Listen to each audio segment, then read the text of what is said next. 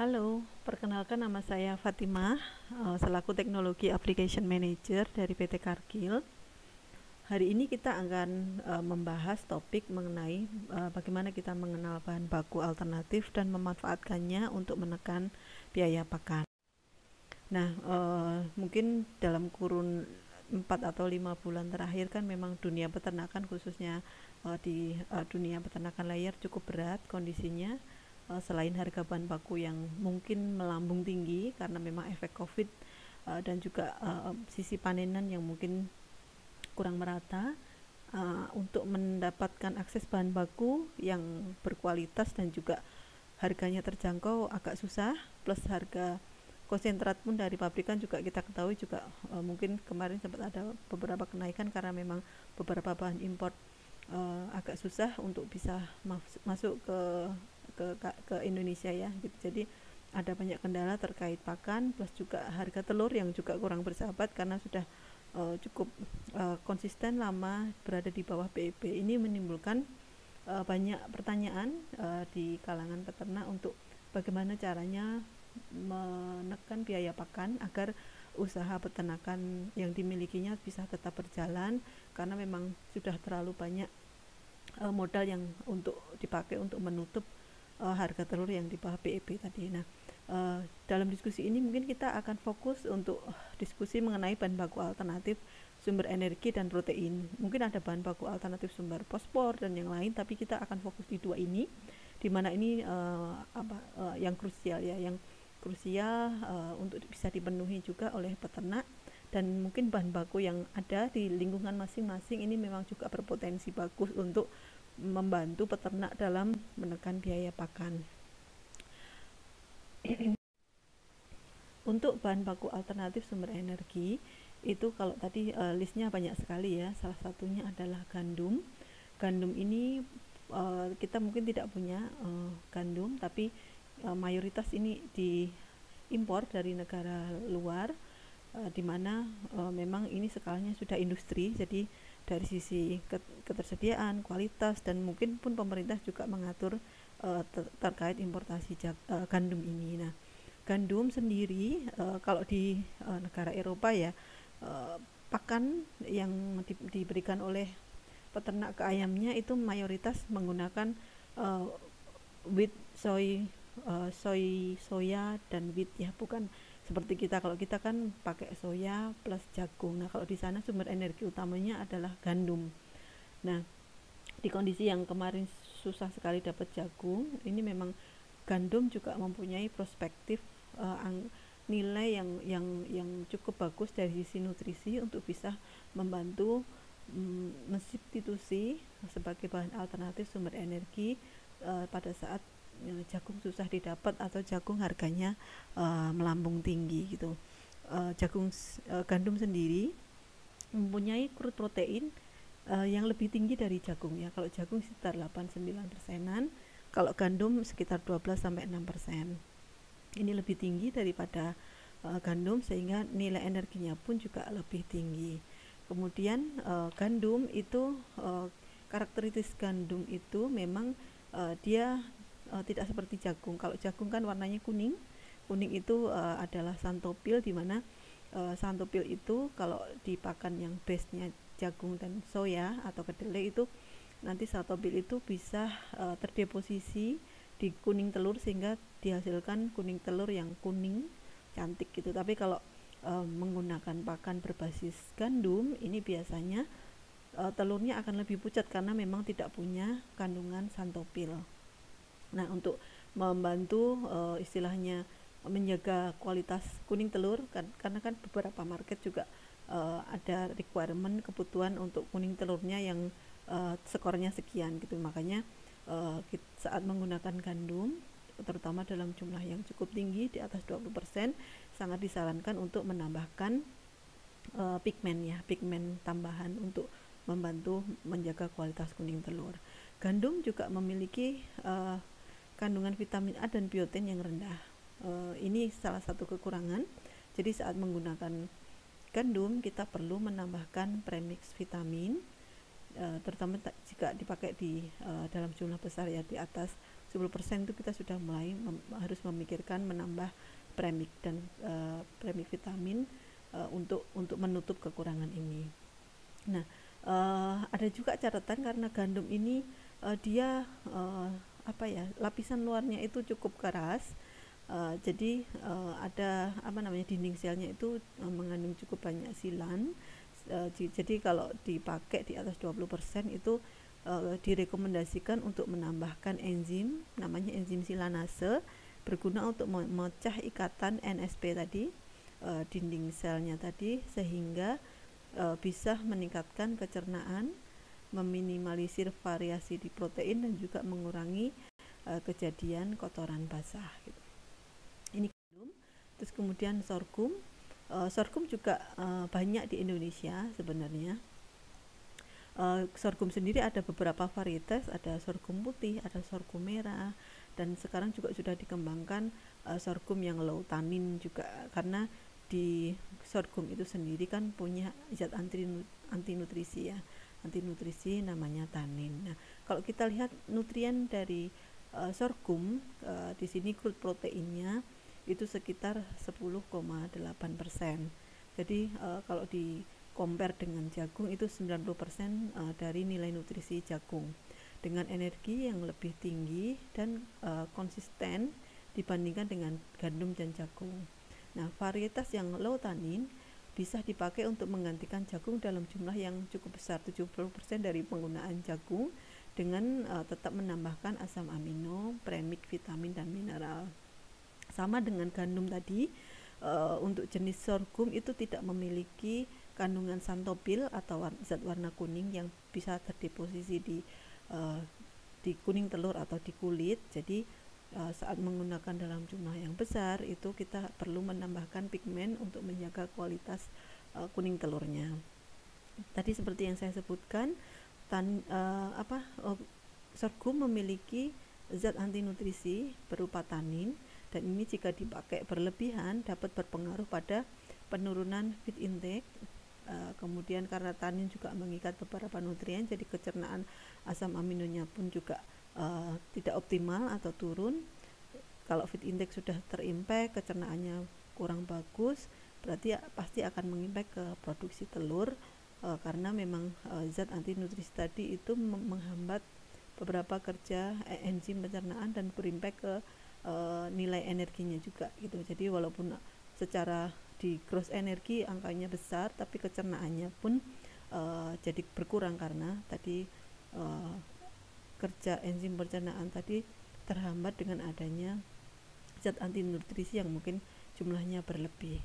Nah, sangat direkomendasikan untuk kita saat mau pakai sorghum, kita pilih dulu varietasnya yang disarankan pilih yang low tannin agar lebih aman dan lebih baik kecernaannya. Nah, 70% fosfor yang dikandung oleh sorghum itu berikatan dengan asam pitat. Nah, asam pitat ini adalah juga sebenarnya anti nutrisi, di mana dia mengikat beberapa nutrien khususnya fosfor dan juga nutrien-nutrien yang lain seperti asam amino. Jadi keberadaan pitat ini membuat fosfor kurang available atau availability-nya rendah. Nah, di sini saat kita menggunakan sorghum memang disarankan untuk menambahkan enzim fitase untuk membantu memecah ikatan pitat tersebut, sehingga fosfor yang sudah kita targetkan di dalam pakan benar-benar bisa optimum terpakai oleh ayam untuk kebutuhannya. Kan kalsium fosfor itu kan dipakai untuk pertumbuhan tulang, terus kemudian untuk kerabang, dan juga untuk proses metabolisme lainnya. Satu lagi catatan terkait penggunaan sorghum, itu kita harus pastikan bahwa sorghum itu diproses terlebih dahulu. Kenapa? Karena kan bentuknya kecil ya, ini kecil sekali dan cukup keras dan licin kalau kita pegang itu. Ini kalau hanya dipakai apa adanya, itu kemungkinan besar dia tidak bisa dicerna, tidak bisa di saluran pencernaan. Jadi akan ada potensi sorghum ini keluar dalam bentuk utuh dari kotoran, jadi ya sia-sia gitu. Jadi memang sangat direkomendasikan kalau pakai sorghum itu minimal dipecah dulu, digiling dulu, sehingga saat terpecah atau tergiling, beberapa nutrien yang ada di dalamnya itu bisa dimanfaatkan atau diserap oleh saluran cerna kita, ayam. Lanjut ke beras pecah atau broken rice. Ini adalah ada juga beras reject. Ini banyak sekali ya sumber beras pecah atau kalau saya ngomongin broken rice di negara kita, karena kita memang mayoritas makanan pokoknya beras, dan di sini sebenarnya beras itu memiliki kandungan yang sangat mirip dengan jagung, karena proteinnya pun juga rata-rata di angka 9, mungkin ini variasi tapi angka average itu di angka 9. Terus kemudian dia fibernya juga sangat rendah, sekitar 1,6, jadi cukup rendah. Terus kemudian ternyata broken rice ini dia bisa menggantikan jagung sepenuhnya. Jadi saat dipakai 50%, sebenarnya bisa dipakai juga untuk menggantikan jagung itu. Dan ada beberapa customer saya, ada 2 yang beliau memang sengaja, dari diskusi beliau sengaja menerapkan pelan-pelan untuk bersiap diri, karena future-nya jagung itu kondisinya nggak akan membaik tahun depan. Jadi sudah berusaha membiasakan ayamnya untuk makan dengan jumlah jagung yang sedikit gitu. Nah akhirnya dipilihlah broken rice itu untuk mensubstitusi. Sampai sekarang sudah mungkin sampai 25% itu sudah diganti. Bahkan ada satu customer yang sudah full nggak pakai jagung, dan ternyata memang ayamnya juga masih tetap bisa berproduksi baik. Mungkin ada sedikit gejolak di awal, tapi setelah adaptasi itu terjadi sempurna, maka performance itu juga akan bisa memenuhi ekspektasi gitu. Nah tadi broken rice itu komposisinya mirip banget dengan jagung, jadi bisa menggantikan secara sepenuhnya. Tadi karena fibernya rendah, dia juga NSP-nya rendah, non-starch polisakaridanya juga rendah, sehingga kecernaan nutrisinya itu lebih baik. Kontribusi energinya, lysinnya juga lebih tinggi dibandingkan jagung atau gandum atau sorghum. Jadi ini aman dipakai untuk semua fase, baik di pre-starter, starter ataupun di fase layer. Itu sangat aman untuk menggunakan beras. Bahkan mungkin kalau peternak atau mungkin istilahnya orang-orang di pedesaan itu memang sengaja mengasih pakan untuk ayam-ayamnya ya memang ditabur beras atau mungkin beras kering gitu, karena memang secara nutrien memang sangat bagus, kecernaan dan juga dari sisi jumlah nutrisi yang ada. Bedanya dengan jagung paling hanya di santopil tadi, karena memang hanya jagung ya, di antara beberapa yang saya sebutkan tadi yang mengandung santofil. Untuk beras atau beras pecah sendiri juga nggak punya, sehingga kalau dipakai dalam jumlah besar kita perlu menambahkan pigmen untuk tetap menjaga kualitas kuning telurnya. Terus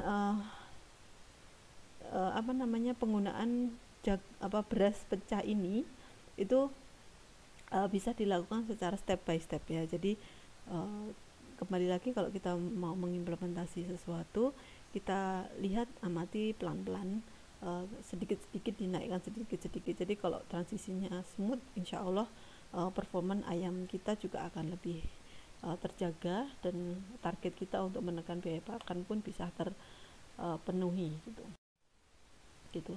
Nah, varietas dan processing yang tepat itu menentukan kandungan HCN. HCN itu adalah anti nutrisi yang ada di singkong ya, singkong atau gaplek ini. Jadi kalau kandungan HCN-nya rendah itu kalau dinominalkan kurang dari 100 mg per kilo atau kurang dari 0,01%, itu dinilai aman untuk ternak. Tapi kalau sudah di atas itu, penggunaannya cukup banyak, itu ada impact kurang baik, bahkan mungkin bisa letal atau terjadi keracunan, kematian untuk ternak kita. Nah, bagaimana cara mengurangi atau mendapatkan gaplek yang low HCN itu memang untuk ngetesnya harus dicek ya, tapi minimal kita bisa tahu suppliernya bagaimana dia memprosesnya, karena dengan pemanasan itu sudah juga cukup membantu menurunkan kadar HCN di dalam gaplek itu sendiri gitu. Nah, kandungan protein yang rendah perlu menjadi pertimbangan untuk menambahkan beberapa nutrien ya. Contohnya sulfur amino acid, methionine dan cysteine itu dalam jumlah besar, karena memang saat untuk merombak metabolisme HCN itu juga ternyata dia bisa mengubah ya methionine cysteine ini jadi tidak available gitu. Jadi harus dipikirkan lagi untuk nambah M plus C asam amino methionine plus cysteine saat kita mau menggunakan gaplek dalam jumlah yang cukup tinggi. Nah, gaplek giling cenderung berdebu ya. Kalau gaplek udah kering ya terus digiling, itu kan biasanya digiling halus ya, dan itu efeknya karena berdebu itu biasanya bisa menurunkan palatabilitas dan juga bisa menurunkan feed intake gitu, karena kan memang berdebu, ayam hidungnya kan pas banget di depan ya. Jadi saat ayam dusty itu mayoritas atau rata-rata ayam akan mengurangi makannya, jadi kurang bersemangat gitu makannya gitu. Jadi mungkin kendalanya itu kalau untuk menggunakan gaplek, tapi mungkin kita juga bisa mensiasatinya dengan menambahkan bahan baku lain untuk mengurangi dusty itu sendiri. Misal kita tambahkan minyak, itu bisa membantu mengurangi dusty atau berdebu, pakan yang berdebu atau terlalu kering saat diberikan ke ternak.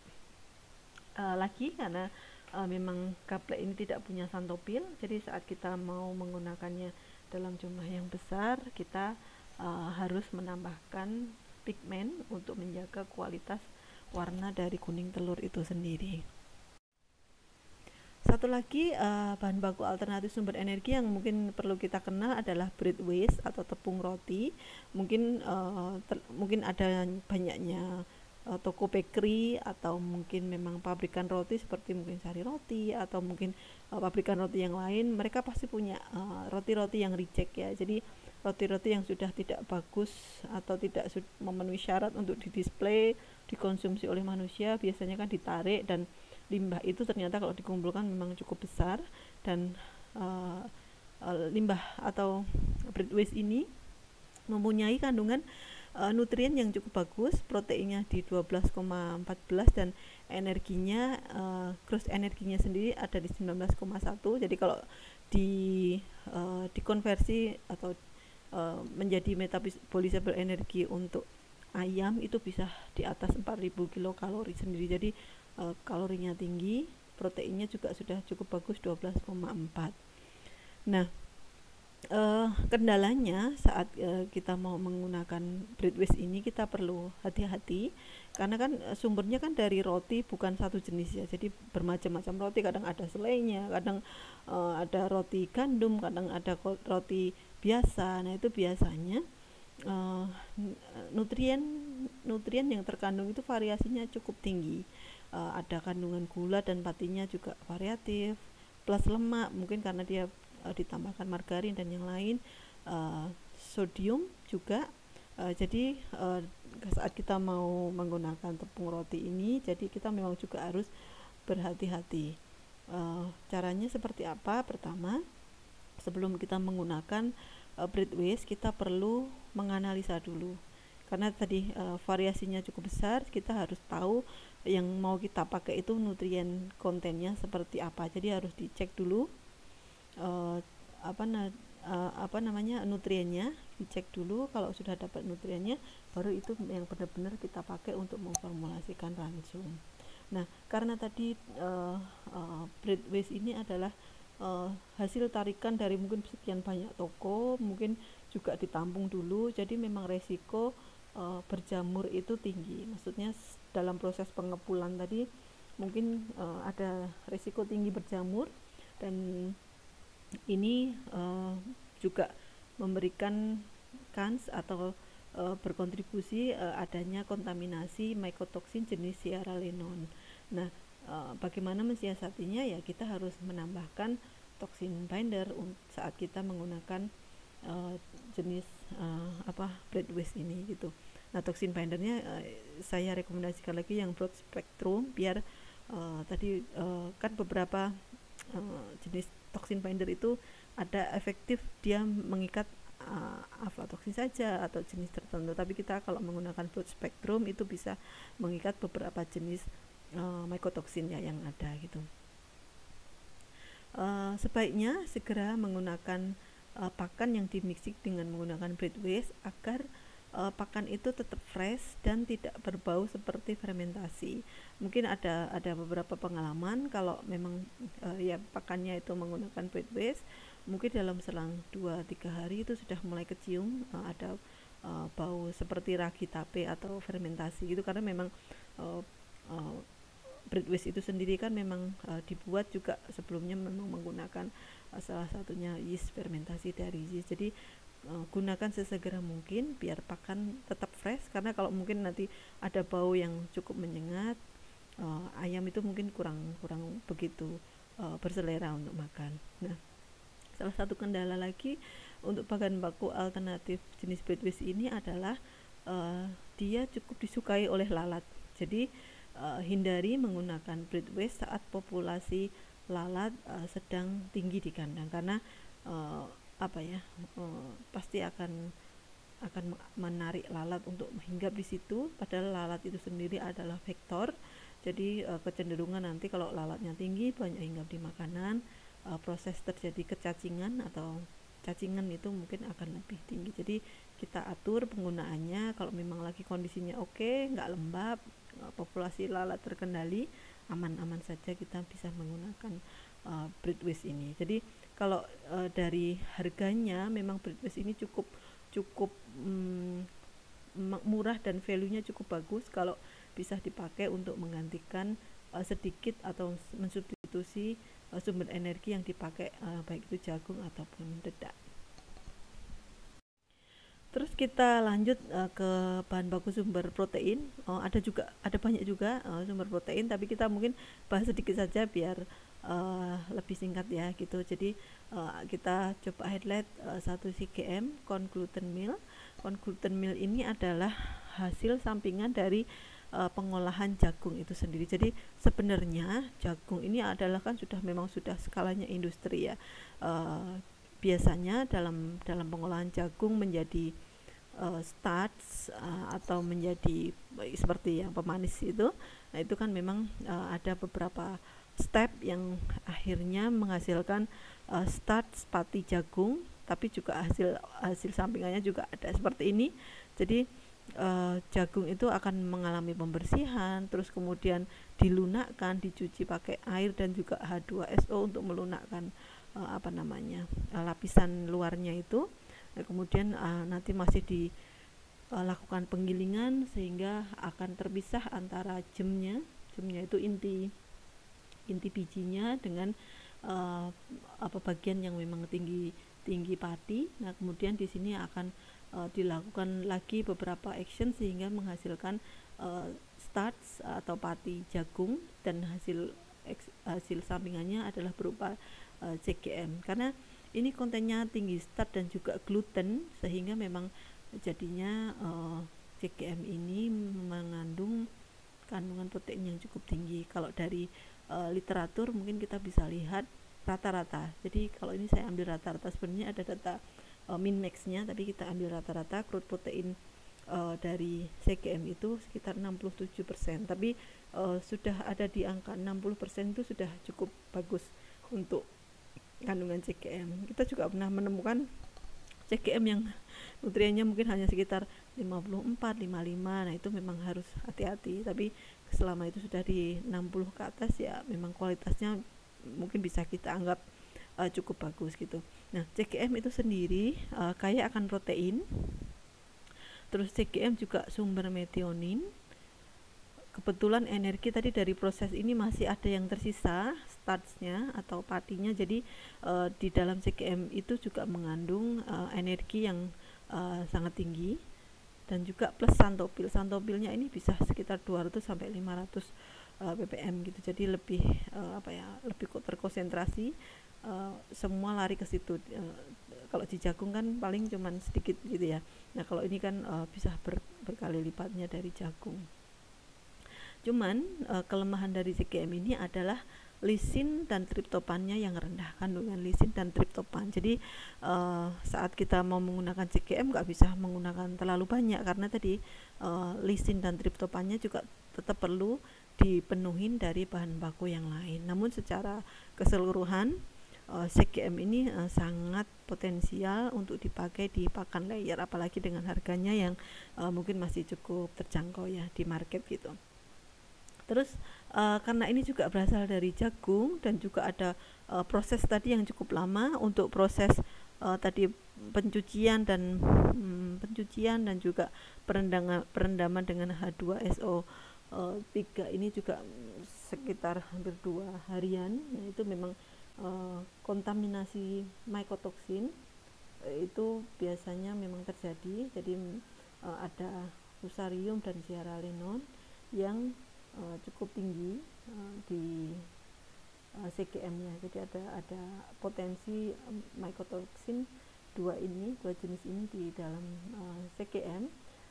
Jadi antisipasinya kita melakukan penambahan toksin binder broad spectrum di dalam pakan.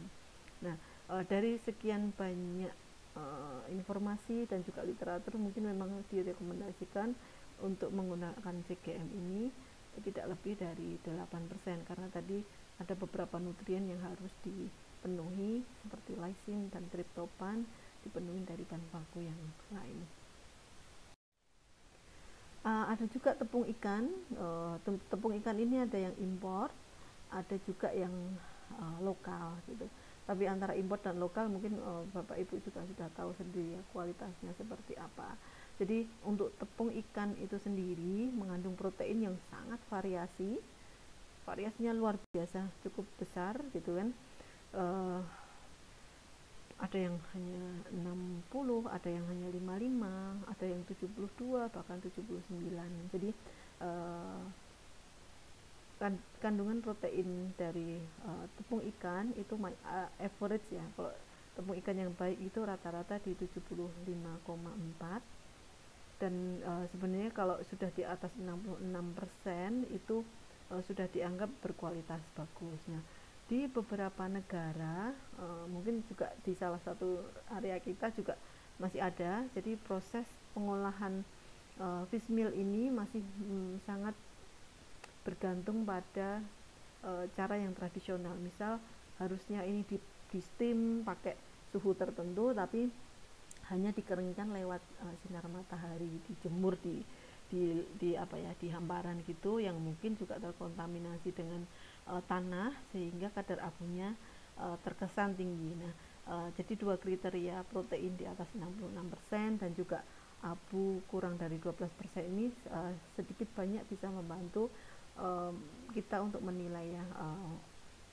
fish meal yang baik itu seperti apa. Nah, variasi nutrien yang cukup tinggi tadi sebenarnya juga tergantung pada sumbernya, sehingga selalu analisa nutrien kontennya sebelum fish meal ini dipakai. Pilih kualitas fish meal yang baik secara fisik.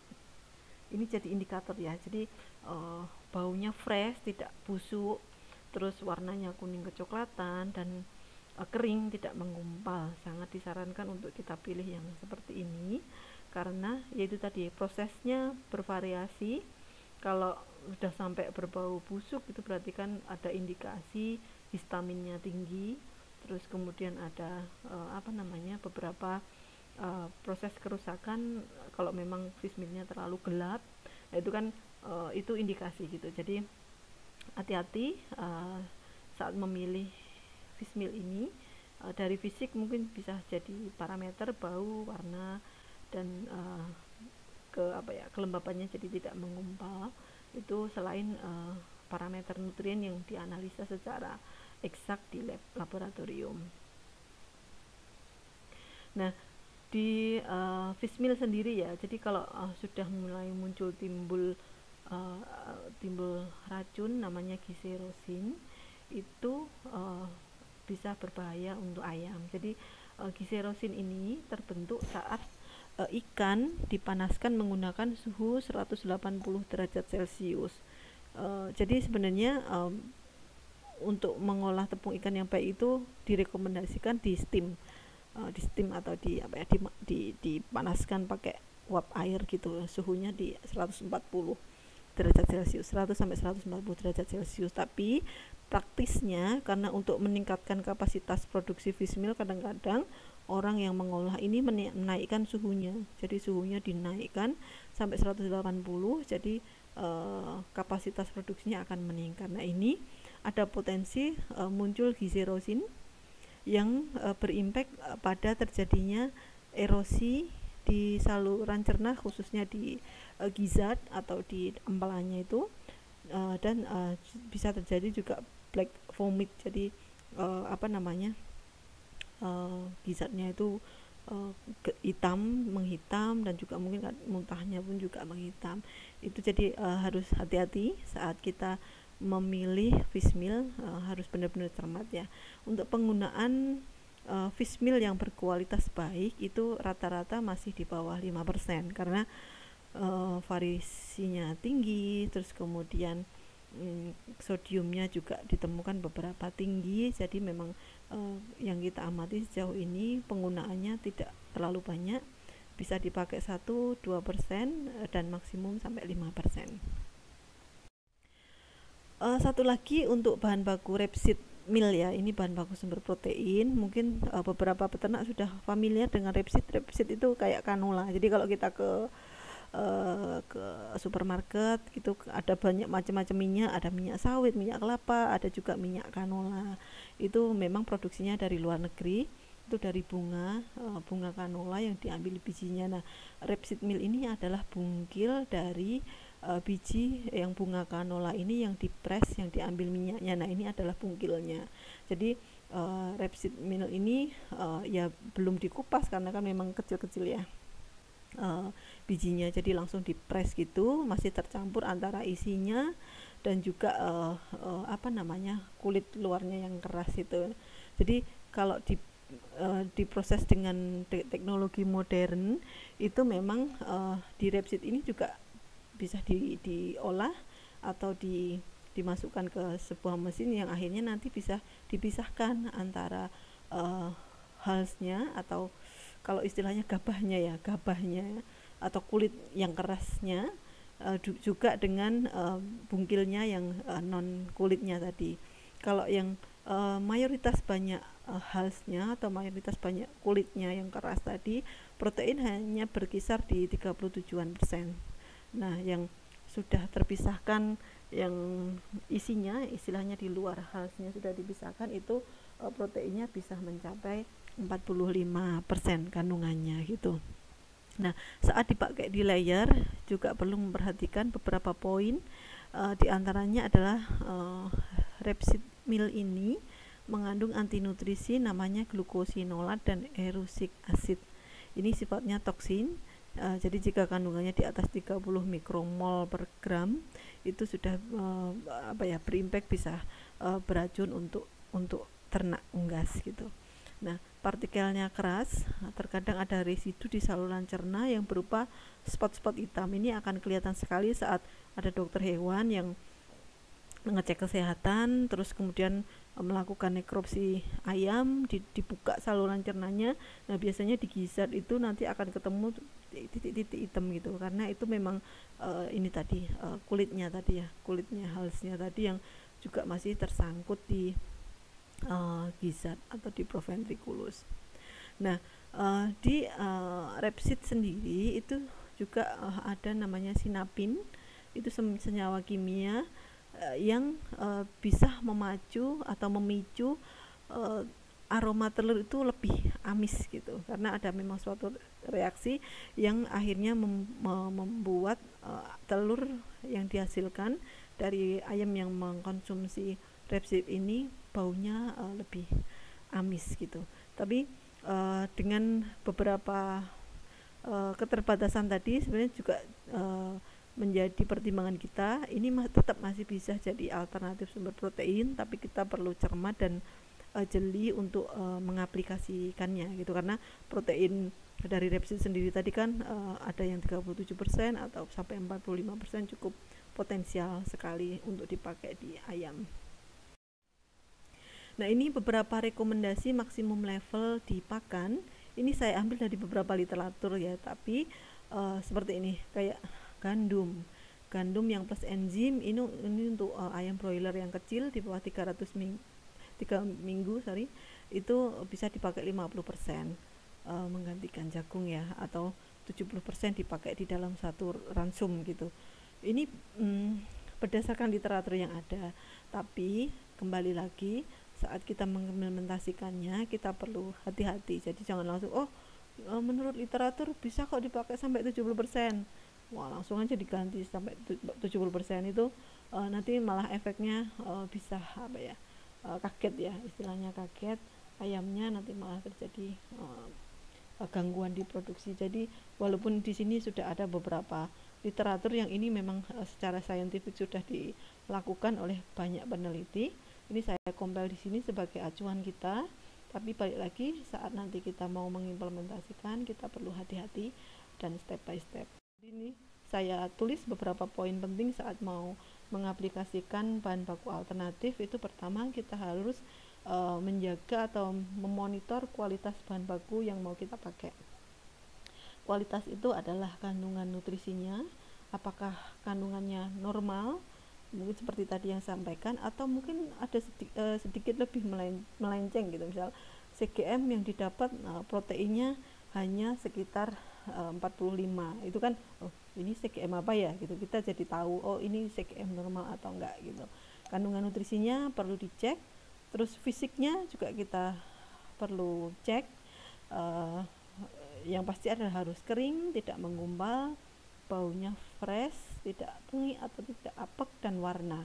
Kenapa warna ini penting menurut saya? Jadi jenis bahan baku tertentu itu mengindikasikan kualitas kecernaannya. Contoh, tadi saya nggak sebutkan mungkin ya, tapi DDGS itu kan DDGS itu adalah hasil sampingan juga dari etanol ya, pengolahan jagung menjadi sebuah etanol yang hasil sampingannya berupa DDGS gitu. Nah, DDGS itu kalau warnanya pucat atau gelap itu kandungan nutriennya biasanya tidak sebagus yang normal. Yang normal itu seperti apa?